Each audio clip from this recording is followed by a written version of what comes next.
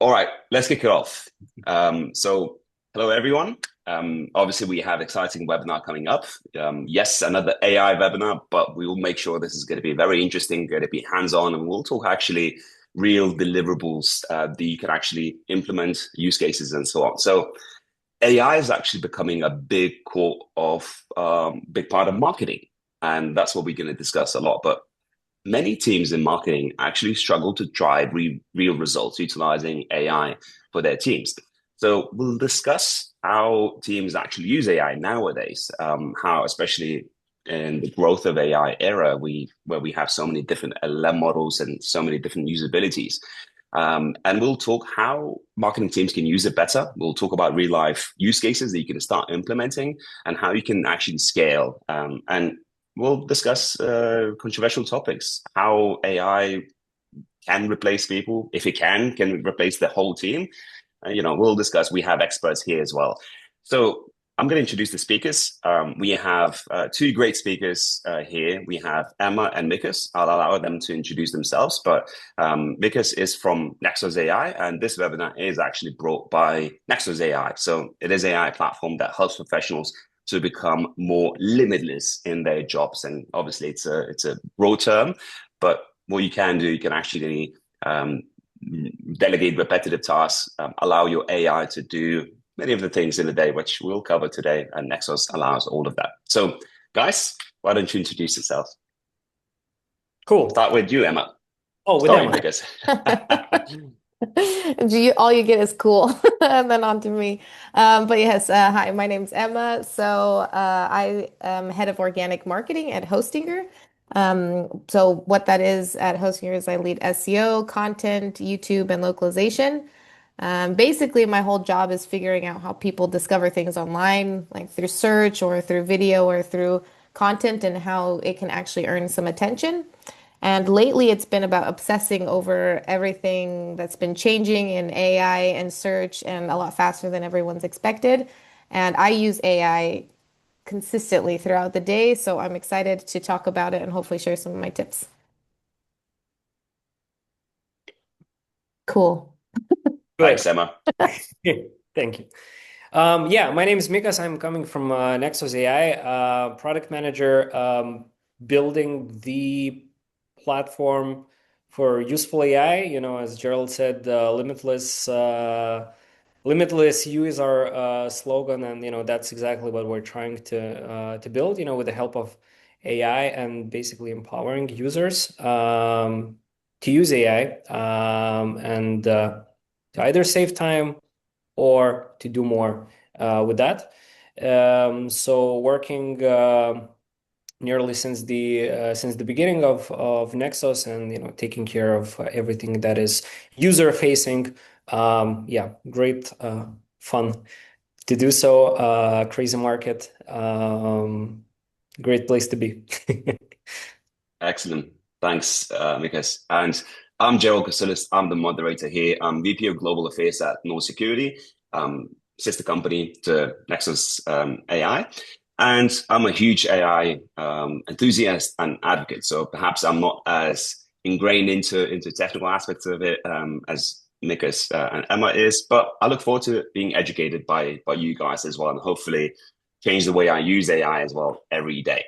I do encourage everyone to post questions, even introductions. I love seeing introductions from you guys. That's really great, and to understand who the audience here is. But yes, if you have any questions, feel free to drop those in there, and we'll look to address those as we go through or at the end of the webinar. So we'll try to keep it as engaging as possible. So let's kick it off. And I want to kick off just have a reality check on what's happening in the world of AI. So, of course, before we get into the meat of the actual webinar, I want to discuss with you, Mikas, and you building AI tools every day, right? Focusing on Nexus AI. I'd like to know what is happening in AI world now. What are the game changes that are happening? We see a lot of chatter. Of course, there's ChatGPT, there's Claude coming up, and what is better, what is not. So perhaps you can start us off here, Mikas. Yeah. So a lot is happening. Everything is happening. That this is the market where everything is happening all at once.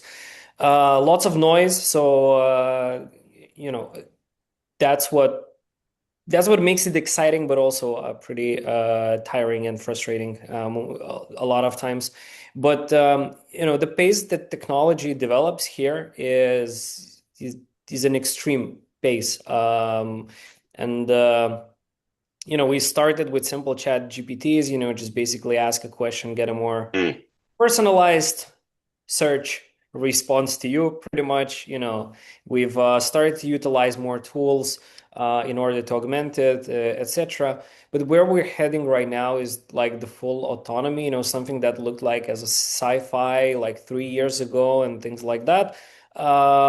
Something that was, just still in the academic papers, white papers, and some of that still in the books that belonged not to the business section at the time, but to the sci-fi section. That starts to happen and materialize as we speak right now. So of course the Claude Code has its big moment right now. It's being applied in the pretty much everywhere, not only the code part. This is a big shift. The development in general is being a bit revolutionized, if I could put it that way. But also, we How? I'm curious how, because obviously, sorry to jump in. I'm actually very curious because we saw, especially around Claude and CEO coming out saying how their current model, the newest model, is actually too powerful for the public. Is this just a hype? Is it marketing, or is it actually possible for AI models now to be slightly too powerful for everyday user? great question. The Mythos model is, it's still the mythical creature out there, except for the chosen few. But the pace that we see and the trajectory that we see, it might not be too far away. It is super powerful. We actually, it's possible for a lot of us, pretty much everyone, and in this session, just to go and spin up a prototype with AI and do whatever you want with it, which was like unimaginable like 3-4 Mm. years ago. But also, what is also important from the beginning of this year, there's more and more talks about autonomy, thanks to OpenClaw trend that started, and thanks to the genius of the Peter, the guy who started all of that. Autonomy is becoming a big thing. So we're moving past the point where you ask and you get a response. We're moving to the actionable AI, something that works alongside of you. So yeah, not only the assistant but the coworker. Excellent. That was my question I was going to ask as well. Like, I think a lot of people, they know AI as a chatbot. Most of everyday users, and I was going to ask, are we transitioning into utilizing AI just for fullest potential? And I think, but that's where I want to jump into actually talking, asking you, Emma, a question. And now we can easily lean into how marketing teams are using it. Have you seen the trend change itself from using AI as a chatbot and transitioning into utilizing for the teams a lot more prevalently? Yeah, definitely. But I don't think it would like happened all at once and at the beginning. Like I kind of think that there's stages of it, like starting with like your mindset Mm. and then kind of playing around with how you can use it, like instead of replacing something with it, but how you use it to either be more efficient or to get more done or to cut out like repetitive tasks. But now I do feel like especially in the last maybe like let's say like AI was booming the last year or year and a half, and then this year it's been a lot more of like putting it into agents. Now I use AI here and I manually click this, and this, and now you can just click once and everything will be done by like a coworker that's an agent. And so it's nice to kind of see that whole flow, but I would say that's been happening a lot more in like the last 4 months, maybe more this year. Okay, that's great news, I assume, right? So, all right. So why don't we then talk a little bit how how do you get started? And I think, Emma, instead of talking about hypotheticals, I'd like to really understand, your teams. You manage marketing team. You guys, from what I understand, you use AI a lot on a daily basis, and probably more than just the chatbots. You talked about agents, and I kind of want to dig into that slightly more as well. So, how do you get started? How did you and your team make that transition from utilizing just chatbot, then moving into agent? How that transition happened? What worked? What didn't? I know it's a massive question, but I'd like to focus on the beginning of it all for you guys. Yeah, so the beginning, in the beginning, yeah, honestly, like I think at the very start, we just kind of played around like a lot. I demoed things to the team. We kind of tested different tools side by side, and we were just very curious about like what was possible before you got strategic about it. So I think that like exploration phase matters, and like maybe don't skip it. Then from there, we kind of got more practical. I would say like literal lists of every single task that was eating time or feeling repetitive, and then figuring out which tool best fits that. So if you're in marketing, like could you do some briefs, or could you do some first drafts, or like localization passes? I don't know, even like keyword clustering, weekly reports, all of those things. We kind of asked which one of these AI tools can it actually help with, and then tested it. Some work better than others. Like I liked ChatGPT for certain things, but I like Claude a lot better for other things. But kind of like looking back, I think where it got a little chaotic because everybody was doing everything all at once was we weren't really talking to each other. Like, so if you is more than one of you guys working on it, I would maybe learn from my mistakes and like invest earlier in like a shared prompt library, or like a weekly or however whatever cadence of like sharing what you guys are doing individually, because that adoption happens so fast, and then you Mm. end up doing the same thing that somebody else unlocked when you can just like compound that at a team level and be more intentional with that. But to be honest, just playing around with them, like doing a free trial, I don't know, and then seeing what works for you, what you like, what you don't like, because you don't need everything. Yeah, and I actually, Yeah. and one more thing was, I remember like sometimes a Google Sheets is just actually easier and faster. Like you don't have to use AI for everything. So figuring out like uh, where not to use AI was also part of this. So that's one thing I want to touch on. So I can be devil's advocate here, and obviously I use AI on a daily basis, but especially early on when you use AI, as a chatbot, often enough I saw that it takes me longer to do things with AI than do it myself, because what it is, I felt that the information that AI spits out, sometimes it's incorrect or sometimes it's incomplete, and in order to make it complete, I felt that I had to go through so many different prompts that sort of took me longer, and obviously maybe less thinking process. But in terms of the time invested, it took me as long as, or maybe even longer than doing it myself. Do you see, or at least did you see a lot of that? And if so, how did you really comprehend that? And that kind of goes to both of you, perhaps. Yeah, for me, definitely. You know, like especially when you start using it, like you tend to be very reactive. Like somebody finds something cool, Mm, we all jump on it, everything's exciting, and then you kind of like move to this intentional phase, I guess, where you have specific workflows or you become more AI native by like default.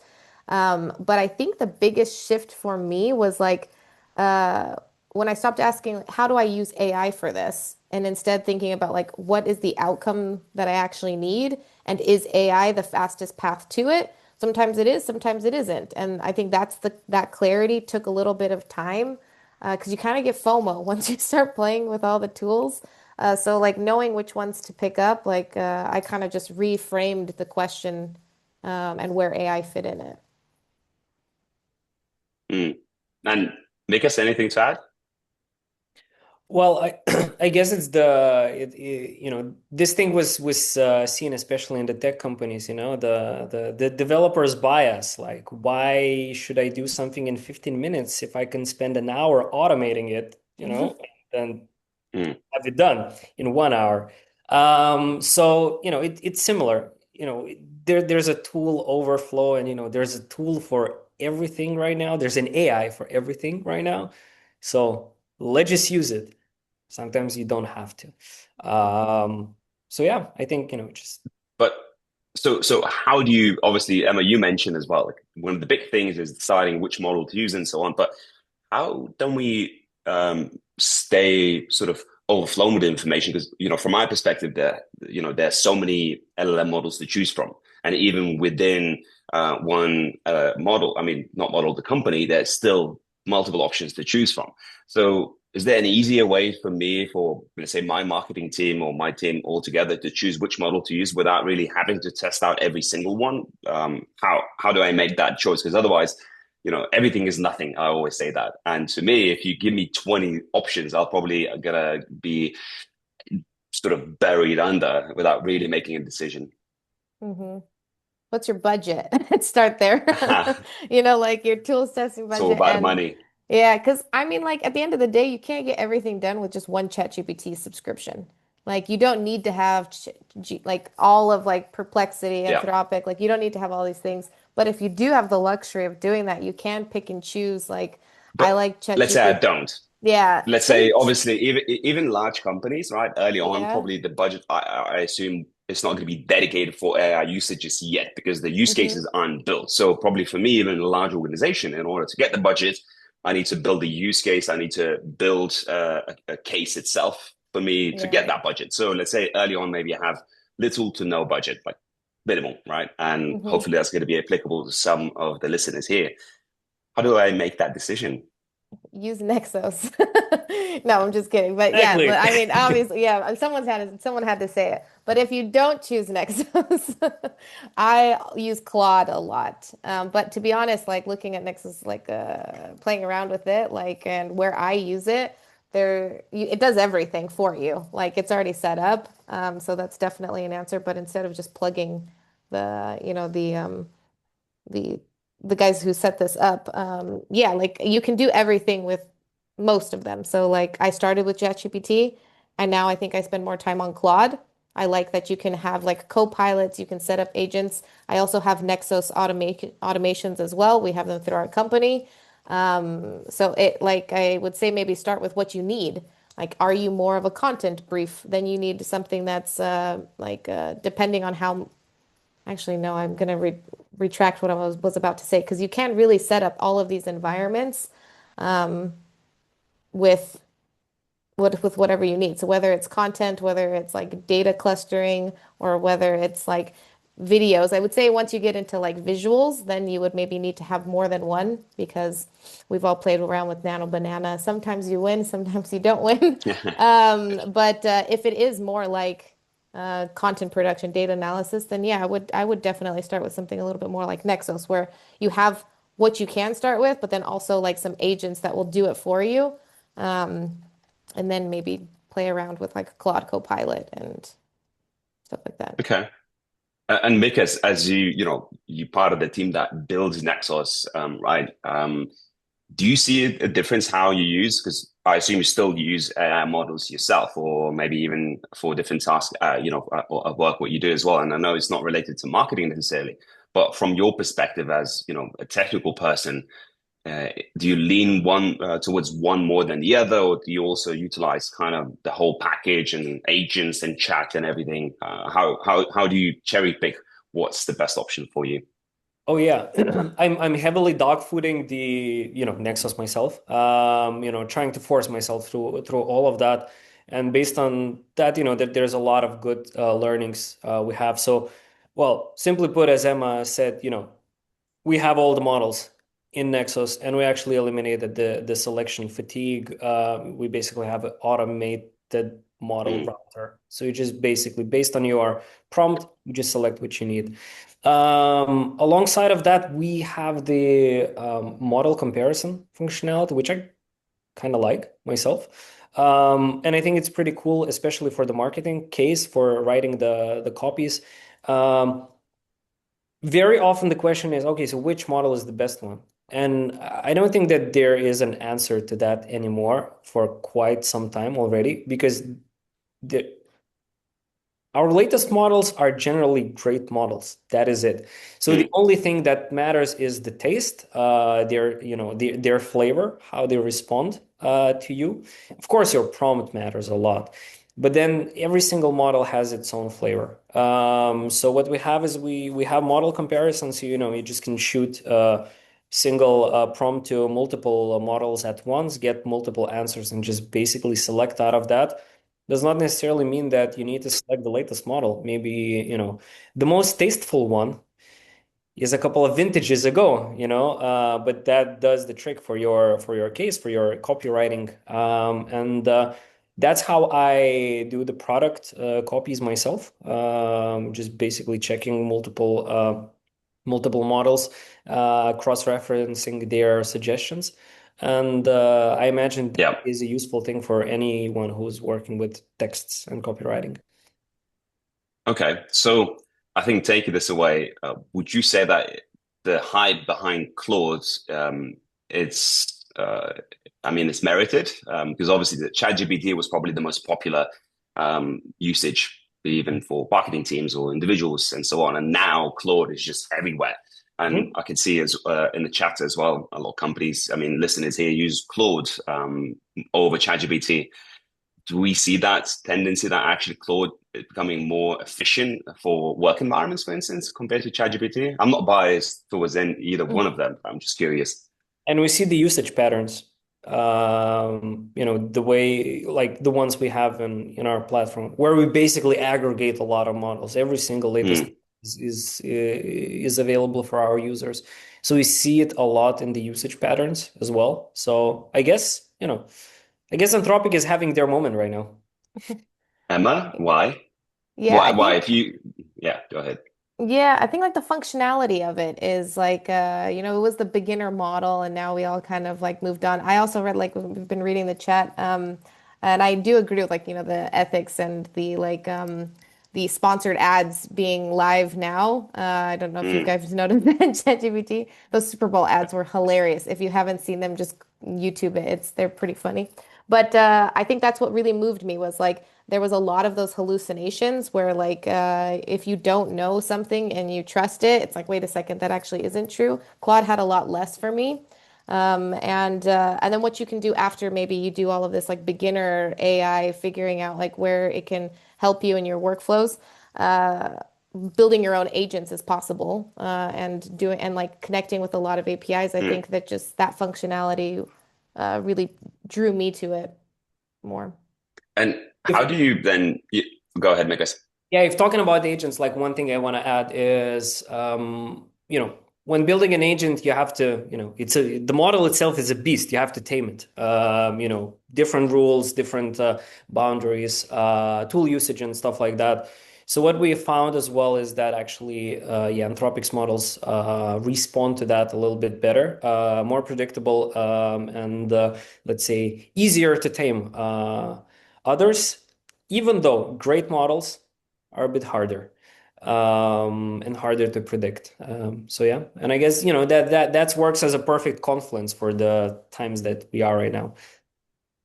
Okay, so we see a lot of models, right? We see different companies release their own models and so on, and one time is one better, another time is different model is better. How do you stay adaptable, right? Because let's say Emma, you implement Claude and you implement agents for yourself for your team, and then let's say ChatGPT releases the newest agent, suddenly, sorry, not agent, model, and suddenly you think, okay, that's great. I want to test that out. Do you just test it out and then roll it all out, or how do you stay ahead of the market also with all the new releases happening, or do you just stay away from the buzz and you Mhm. just stick to what works? To be honest, I feel like I don't notice them when the new models, unless something bad happens. Like unless Mm. it's like a bad update. But yeah, like I don't think like now that they're rolling out so often, to be honest, I can't even I couldn't tell you like what we're on for either of them, but I just remember like the last really bad one from ChatGPT. So I think yeah, it's just I don't notice it anymore personally. Okay. Yeah, just take it as a Okay. And natural thing, they Hmm. just keep on improving, and that I guess Yeah. we have less of a wow factor with every new release. Yeah. I'm curious also, don't we lose a bit of authenticity? And I'm not claiming, I'm actually asking, because what I mean by that is, let's say bunch of different companies, different marketing teams start utilizing pretty much similar tools, right? So I would assume that outcomes could be relatively similar, obviously, even though information is going to be put in different. How do you stay authentic to your brand, to to your team and so on, compared to everyone else who actually uses similar AI models for similar tasks, similar things to do? How do you keep that authenticity going? I think this actually matters a lot. And maybe some teams underestimate like how much work it actually takes to do this. So like to kind of uh I think there's two things that we're strict about. Like what AI generates, like first of all, like AI generates and then you have the humans editing with like a type of authority and not like Mm, fixing typos. Like that's the kind of stuff that you can have the AI for, but like adding your opinion, adding this specific example, some detail that only somebody who's worked on this type of stuff actually knows. That's the kind of layer that AI can't fake. And I think it's also the layer that actually adds like helpful content to the internet. So if you do set up like a flow like that, I would say always add that human element to it. And I think also for like second one is someone needs to own what good looks like. We have like AI slop everywhere, and that usually happens when you accept just like the first draft. So there's a real quality aspect to it, to have like a human touch before, but like mm, all of that has to have like foundation. So you should have a brand tone of voice document, and like something that's actually usable, not some like I don't know, 50-page PDF in a shared drive that nobody opens, but like specific examples of what you should sound like, direct like do's and don'ts, and things that like your team can then like use as prompts to plug into their workflow. So that brand voice, well, you can use the AI to create that, of course, but then it needs yeah. to be like your guardrails. But it's not enough in and of itself. You need to have those people who genuinely know the brand to be relevant in the loop. Do you think it's going to be the case where things will change for that authenticity? So AI models will improve to the point where suddenly that overlook is not going to be needed and it'll be able to be brand related itself? Or do you think that overlook for authenticity for materials that's being spit out still will exist regardless how well AI models improve? I mean, I see both already. Like you see the people that just do like whatever the AI says, and then you see the Mm, like the other half of the world, more maybe more so than half, like that still have an opinion. And they're like, this is crap, or like, no, that's not what I was going for. So I think if you have that, it's two different like vibes going on there, two different goals. If you don't want to be forgettable, then you still have those goals and dreams, like and then you check into the AI. But I do see a lot of like copycats happening. yeah. Okay. So, Emma, your team uses AI every day. You use AI, you have agents set up, you automate a lot of things, right? So you save a lot of time without doing having to do things manually. What would you say first thing every marketing team should automate, use AI for? So obviously we have a lot of marketing professionals listening to us here now. So what would you advise to automate today for them? hmm I don't want to say just like all of them do one thing because they all have different focus areas, but I would actually just like take a second, look at your week and like just focus on maybe the one task that you do every single week that follows a pattern. So I don't know if Mm, it's like a weekly report, if you do social posts, if you write briefs, if you have to do data analysis, or like pick the most boring thing, and like some type of repetitive task, and then try to prompt that. So like start by just like kind of looking at what you do, and then make a proper prompt for it. You'll have to experiment with like if you're happy with the outcome, if you need to make little tweaks, and then try to use it for like 2 or 3 weeks straight, like iterating on it. mm, And I wouldn't say like stay away from the like exciting, like strategic stuff, but like the things that you maybe do every week on autopilot and maybe like slightly dread, that's like your AI pilot for you. So what? if you're in like content teams, content briefs are a great place to start. Like make a first draft, like put in your template for your brief. If you don't have a brief, ask it to help you make a template and then pick and choose the things that you like. Tell it like, I don't like this part, and because XYZ. And then once you have your content brief, then use it. Like, say, here's my template, here's the target keyword, here's my audience and my angle, and maybe like a few reference URLs, and then see what it produces. If it's a structured Mm. outline if you like it, you can pass it on to a writer or an editor and see how it's going. If you don't, then make those edits. And then the writer can then take it from that stage. You know, the writer can edit using different prompts, add their opinion. You're not replacing the writer with it. You're just removing this like blank page kind of problem. So if you're in content, you could start with that. Same with social, same with a landing page.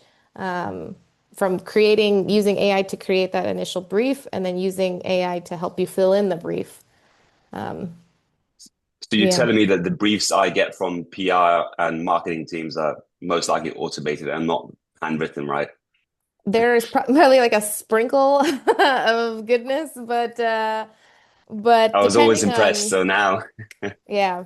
But like something super easy everybody can do right now is if you have like a style guide, your company has a style guide, which everybody probably does.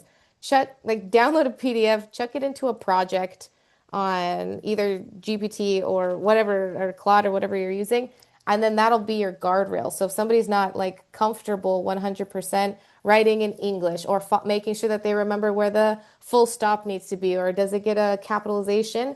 Like, you don't have to go run every single thing through an editor or whoever your police is at your company. Just like use that as a guardrail. That can just be an easy thing that I think everybody could do after this. What about you, Mikas? Obviously, you don't run a marketing team. However, you're the man behind it that builds tools, right? So from inside a man, what would you say is the use case that companies, teams, marketing teams should focus on from your experience? Maybe you can share it with all of us, and Emma also. She's probably curious to hear from you. Yeah, well, we're doubling down a lot on what Emma mentioned is, on setting up the right foundation on which the rest of the outputs are being built. So, for example, your tone of voice, your brand colors, the entire brand book and stuff like that. What we're working on heavily is, to make this, simply uploadable and always, possible to reference Mm. as when you're getting the outputs. So, there are no wild, bright green colors if you're just going on the grayscale. So that is fully customizable and possible to do. So working on that and removing this obstacle from adoption, because me as a user, I want to be sure that it will be repeatable and it will be within the boundaries that I set.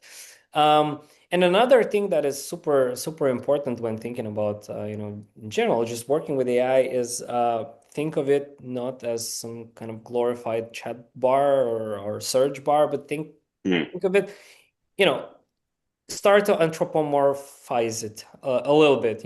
This is potentially your coworker.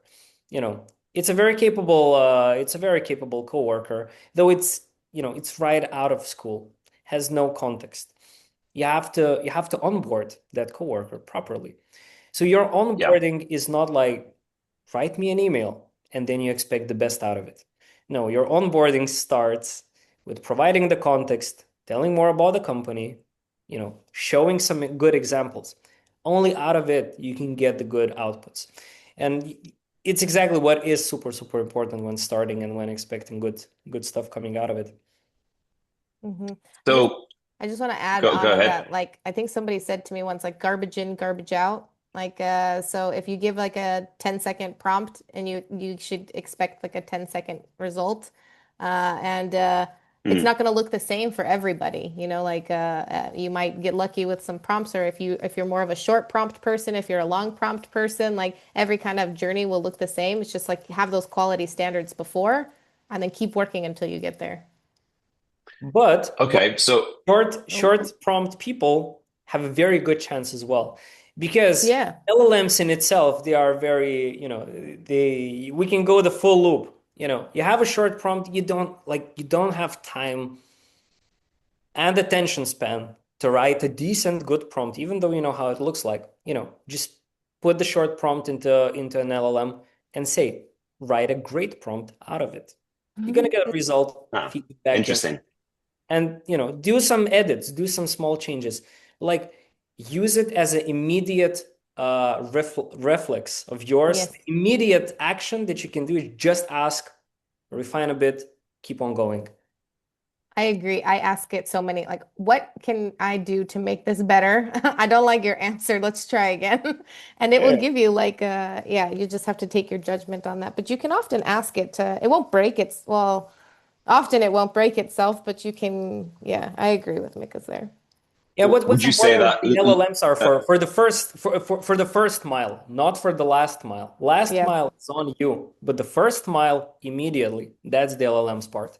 Mm. so would you say, Mikas, that learning how to prompt well is perhaps as important as learning how to build a really good agent?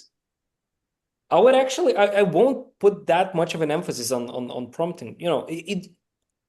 Read a bit about it, but that's not like Okay. I don't see the times coming back like when it was 2 years ago that prompt engineering is the thing. Mm, Hmm. I I'm not sure. I'm not so sure anymore. You have to know the basics. You have to know some specific tips and tricks. But as I mentioned, you can just go fully recursive. Just ask the LLM to create a prompt for itself. It will do it perfectly fine, and it will keep on going with that. Just by yeah. you feeding in the important information. Building agents is getting similar to that. For example, we're investing a lot into prompt agent functionalities. You just ask a couple of sentences what kind of agent you want. We build the Mm, agent for you.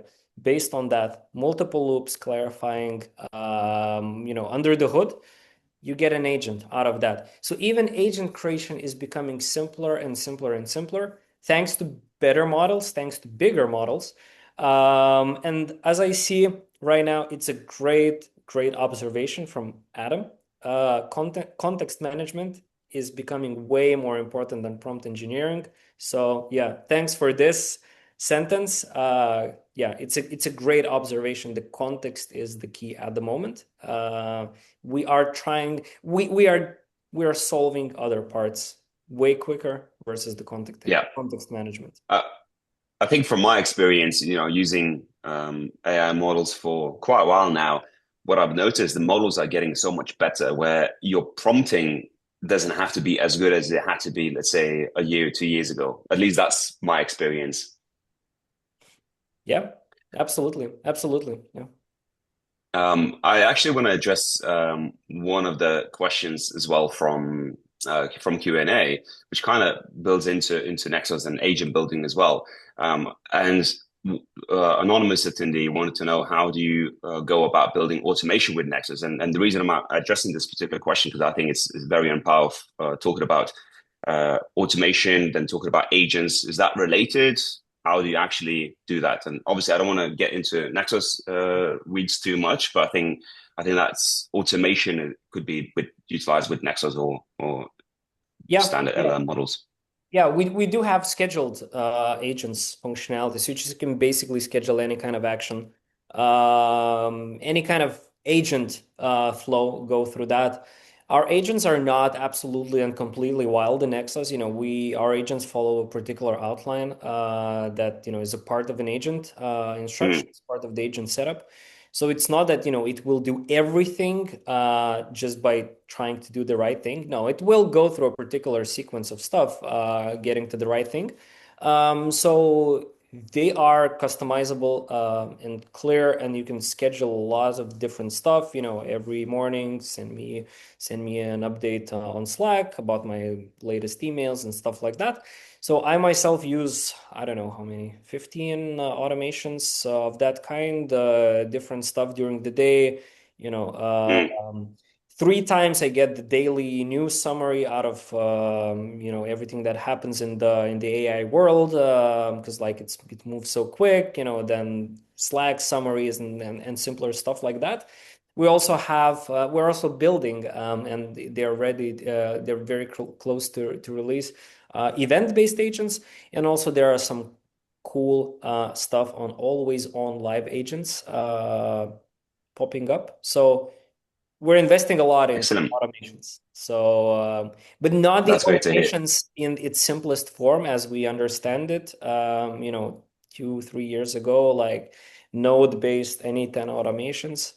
We just can do the same stuff pretty much with the good outline and an agent within Nexus, and you get pretty much the same result. Different tool calls, different actions along the way. Thanks for that, Mikas. And I want to switch gears slightly, and Emma, I have a question for you. Obviously, we talked about, agent building and all that now, but Hostinger has high quality standards, right? Same as Nexos, same as Node Security, same as probably most of companies, right? That are listening here. How do you make sure that agents hit the high quality standards that you have, and especially avoiding flops, AI flops, AI hallucination when it comes to outcome and so on? So how do you keep that standard whilst maybe deploying even more agents and increasing the usability of AI? I think that's a slippery slope. So how do you avoid that with your team? Yeah, I think what we like, I think everyone kind of wanted to do everything at once. So like from you chuck in a keyword and it gives you this final product. But so like breaking it down was very important for us and making sure that each stage of it, as like humans would do it, and I'm talking about like more like a content production line. It was very Mm, important to like make sure that all of those were locked, and then you can just get a workflow that triggers all of it one after the other. So instead of like, yeah, putting in a keyword and asking it to do a brief, then write it, then add some unique areas, then publish it, you can definitely do all of those things with automations and AI, but kind of have those guardrail checks, those quality standards. And I kind of answered it in a previous question, but like I think I have like two things that I'm quite strict about. Like not for all content, but we have different tiers of content. So the one that's like maybe 75 to 90% AI generated versus stuff that needs to be more human written than mm, and maybe just AI used for brainstorming. So you have like those kind of processes following different types of flows and then yeah. having human checks in the beginning part of the process. And then once you're happy with it, then you automate it. So now we have like one click where it can be published and then translated, and then one piece of content turns into 50. But it took us like quite a long time to get there because we needed to do first the keyword part, then the brief creation part, then the writing part, then we needed to have a human here.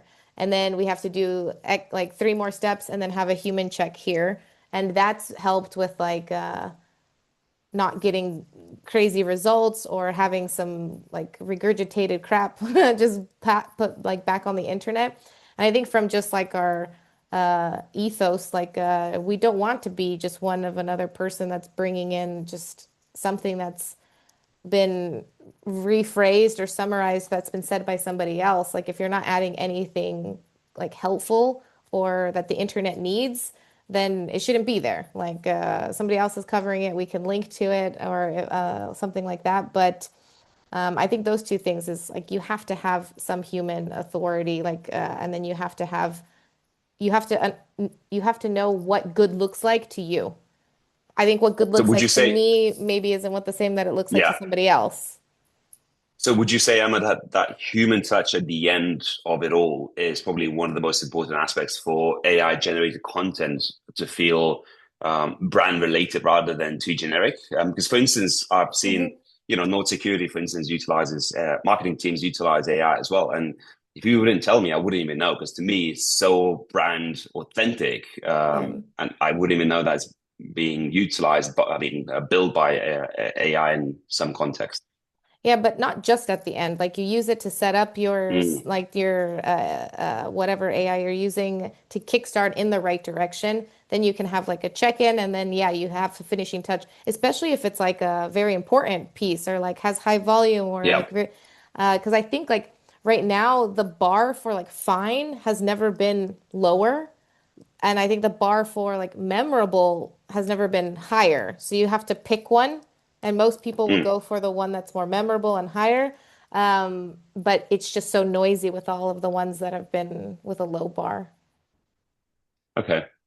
And one thing I want to ask both of you as well, short answers on those on this question.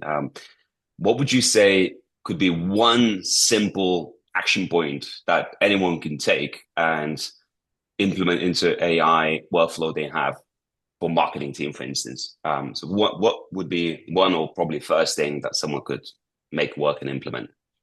Emma, I want to start with you. So I'll do my style guide one as well. And also like the figuring out whatever is the most repetitive and boring task, like definitely start with those two.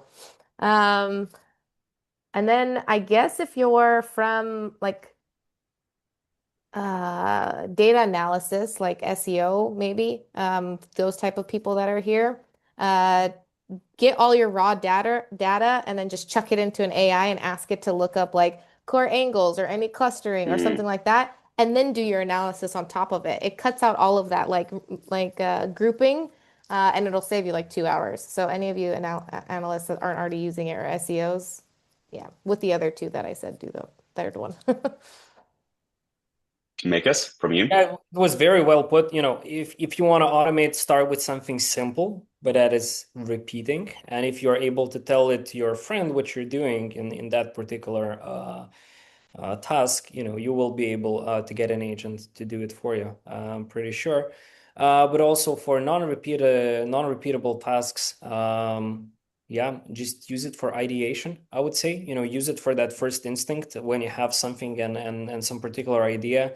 Just just type it out or say it, and the AI will understand it simply. And just cover the first mile to some extent, and then work on what you got. Take out 90% of suggestions, but take that one good 10% and keep on going with that. That can save you a lot of time.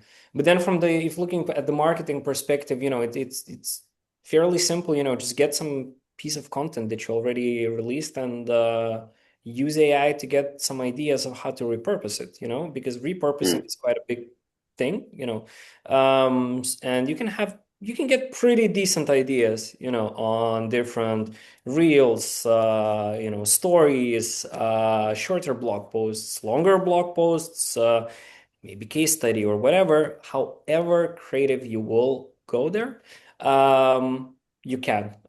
That's mm. a shortcut. Okay. So just to kind of wrap this up as well before move to Q&A, would you guys say that AI tools are essential now for marketing teams? And if marketing team is not utilizing AI, they're going to get somewhat left behind because obviously we live in such a digital era where we have to pump so much content when it comes to marketing, when it comes to everything, product, and so on and so forth. And without really utilizing AI now, you not going to be able to stand out and you're going to get somewhat left behind. Would you say that's the case? Or do you think it's still possible to actually work efficiently and effectively as a marketing team without utilizing AI to its full potential? I think yes, you have to. Like maybe we live in a little bubble right now. And especially with the companies that we work for, like it's more in our faces. But I'm Mm, thinking of like the patterns of like disruptive innovations over the past like 50 years, and even just like what we've lived through and how technology has changed. And even the way I hire for like you don't have to be excellent at using AI, but curious about it for sure. So I would say yes. Like they will eventually be left behind because producing something with AI, your output will just be much larger. Not impossible, but I think yes. Yeah, it's like email in 1999. You can survive without it, but you will create it sooner or later. Hmm. all right, I like that.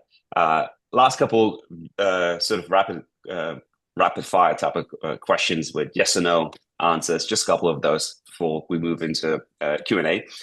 Um, Mikas, will AI replace marketing teams? Absolutely not.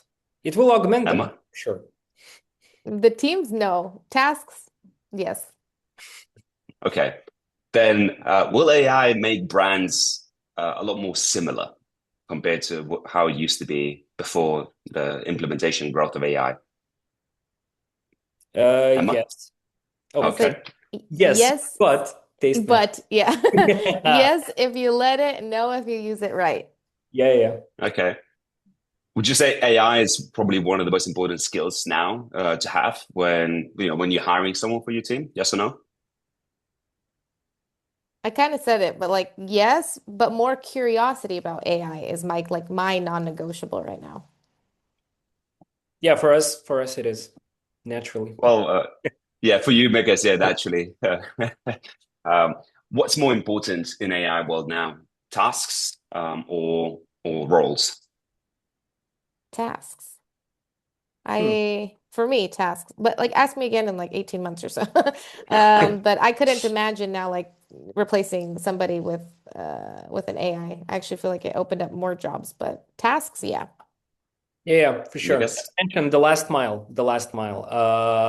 belongs to a human still. Unless you're a completely, AI sloppy, delivery machine, then yeah, maybe you can replace a role entirely, but like that's not a very good thing to do. Okay. And I was going to ask ChatGPT or Anthropic, but kind of got the idea from you guys. All right, Claude or Meta AI? Claude. Claude. Okay. All right, great.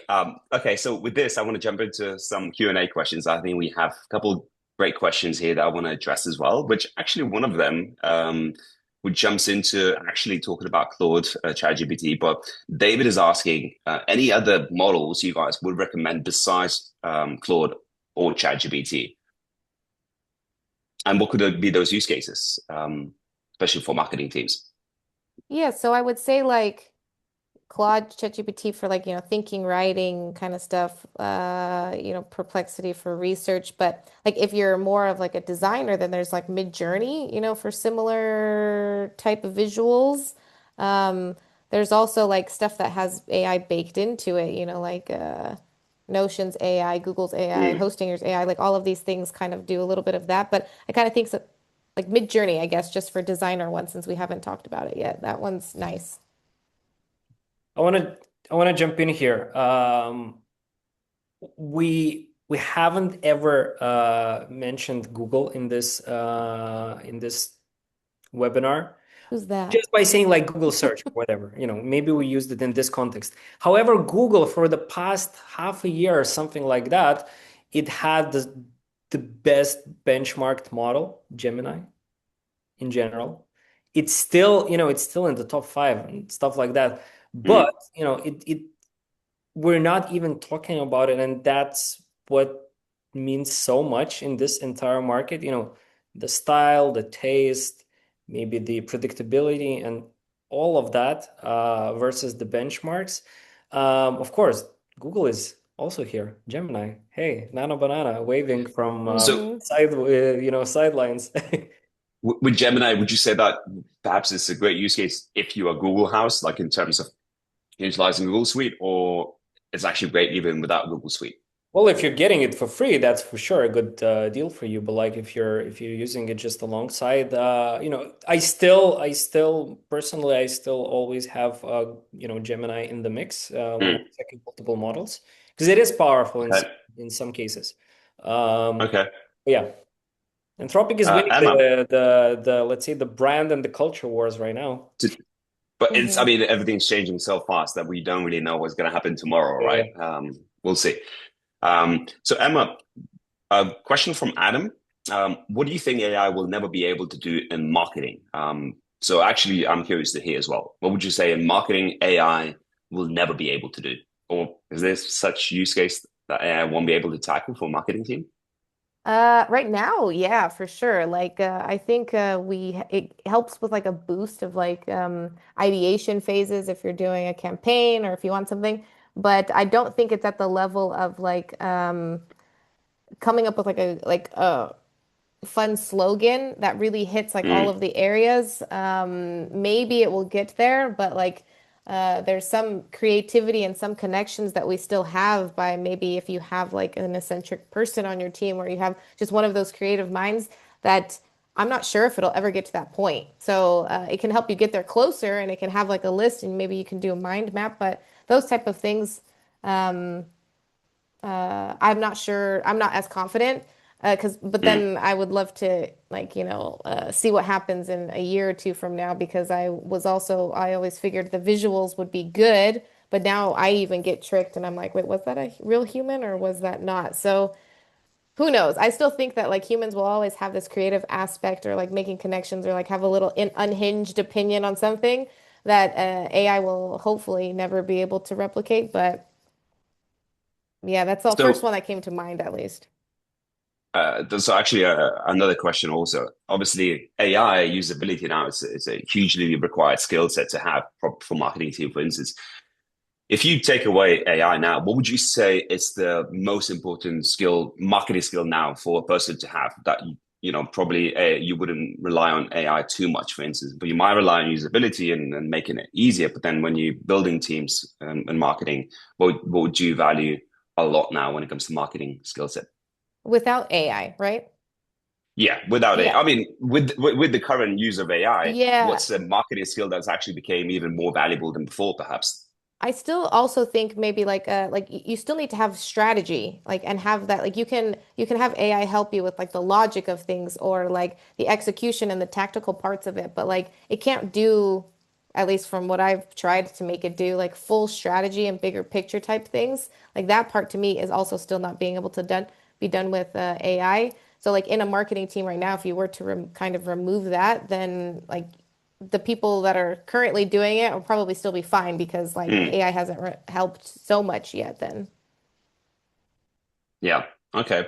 And the last question we have from Richard. He's asking, how would you say the marketing team in general changed after we started to implement AI on a daily basis? So, maybe looking at 5 years ago now, and of course, like we said, it's automation, right, and so on. But then the way that inherently marketing team works, has that changed or how it has changed? Yeah, from my side for sure. Like, I think where you spend your time and effort and the output that is expected of you has definitely changed. So, like, again, like, I do defaulting to content production lines, but like being able to like publish, I don't know, with a good 10-person team, like 10 pieces of content a week was like you guys are doing some good some nice numbers but now it's like why isn't there done 10 in a day like and then it's all localized immediately turned into 50 pieces and then it's all repurposed into shorts like socials into blog posts into podcasts like so one content piece now is expects to be like 100 pieces so I think there's been a lot of change in expectations and how and the speed of things. Okay, perfect. And last seconds, any last remarks, anything to add before we wrap up from both of you guys? Just be open and explore. That's the only thing to do right now. Yeah, I think there's a hype that AI is a magic wand. It's not. It just helps you get things done faster and cooler, maybe if you don't have a special skill. Don't be afraid of it. Perfect. Thank you very much, Mikas and Emma. Thank you to everyone listening in. It's been very useful to me, so hopefully everyone else found it useful. We will have recording of the webinar, but then, I know there's just so much chat and questions coming up as well. Feel free to reach out to Mikas, Emma, myself on LinkedIn. We'll be happy to engage into conversation. Also, some great conversations happening there as well. People wanted to do some knowledge sharing on LinkedIn. Ping us. Of course, we'd be happy to get involved, have a chat, jump on a call and discuss, because there's just, we can keep on talking about this topic of AI and usability for marketing and different type of teams as well. So thanks once more. And hopefully we'll see you guys soon on another webinar. Enjoy. Thank you. Bye-bye. Bye.